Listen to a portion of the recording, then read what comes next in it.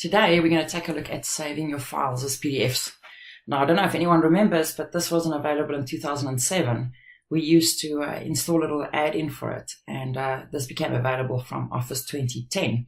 And we're already in 2016, so, and maybe even when you watch this video clip, we'll be in 2019 already.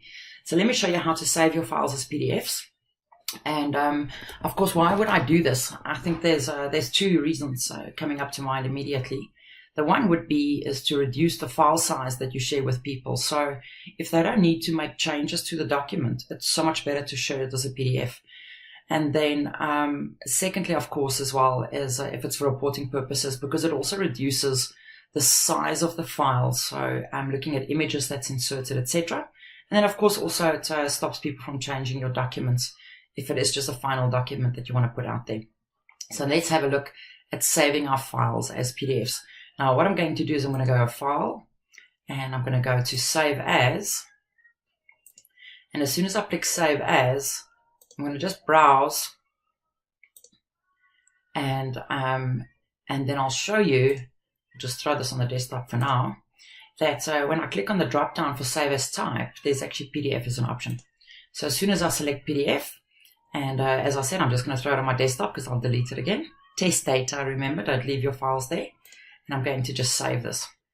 As soon as it's saved, I should be able to go to my desktop and then open that new PDF on that's lying on my desktop at the moment. Now, while I'm in this PDF, just another tip as well, I use Adobe Acrobat Reader DC. So when I get, and it's a free download that you can use, when I get this, it means that I can go to this document and you'll see that you've got fill in and sign as an option, which means that if it's a form that I'm filling in, so maybe you're putting out forms in there, I can actually make changes to this document. And I can also insert signatures. So once you've installed a signature on here, I can also very quickly just grab a signature and install that.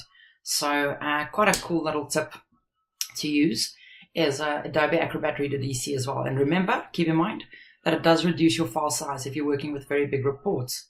And the purpose is to only share the content for consumption and not for people to actually edit the content.